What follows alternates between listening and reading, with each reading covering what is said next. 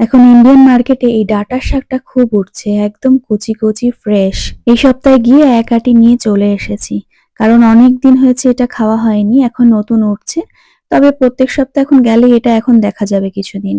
আর দুটো আমও নিয়ে এসেছিলাম চাটনি খাবো বলে, কাটার পরে দেখছি একদম ভেতরটা হলুদ হয়ে গেছে। তো ওটা দিয়েই একটু চাটনি বানিয়ে ফেললাম।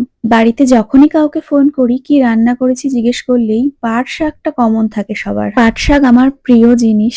আর যখন শুনি যে সবাই পাট শাক রান্না করছে তখন ভীষণ খারাপ লাগে, কারণ এখানে বাজারে গিয়ে আমি এখনো পর্যন্ত একদিনও পাট শাক চোখে দেখতে পারিনি।